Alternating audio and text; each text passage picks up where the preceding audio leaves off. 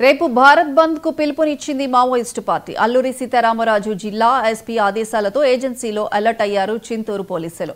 ఏజెన్సీలో అవాంఛనీయ సంఘటనలు జరగకుండా వెహికల్స్ చెకింగ్ చేస్తున్నారు. నైట్ టైంలో చింతూరు నుంచి భద్రాచలం వెళ్లే వాహనాలను వయా కూనవరం మీదుగా మళ్లిస్తున్నారు. నిర్మాణ పనుల యంత్రాలను సురక్షిత ప్రాంతాల్లో ఉండేలా యజమానులకు సూచనలు చేశారు.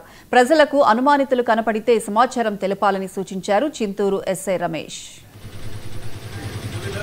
రేపు అక్టోబర్ 24ను మన మావోయిస్టులు భారత్ బంద్ ప్రకటించినందున మన మండలంలో చింతూరు మండలంలో ఎటువంటి అవాంఛనీయ సంఘటనలు జరగకుండాను, అదేవిధంగా చింతూరు మండలం ఛత్తీస్గఢ్, ఒరిస్సా, తెలంగాణలకు బోర్డర్గా ఉండడం వలన బోర్డర్ మరియు గతంలో కూడా ఇక్కడ ఇలాంటి ఆనవాళ్ళు ఉన్నందున ఎటువంటి అవాంఛనీయ సంఘటనలు జరగకుండాను, అదేవిధంగా గుర్తు తెలియని వ్యక్తులు రేంజర్స్ ఎవరు కూడా మన చిత్తూరు మండలం ద్వారా కానీ మన ఏరియాలో కానీ ప్రవేశించకుండా ఉండేందుకు నాకాబందీ జరగడం జరుగుతుంది.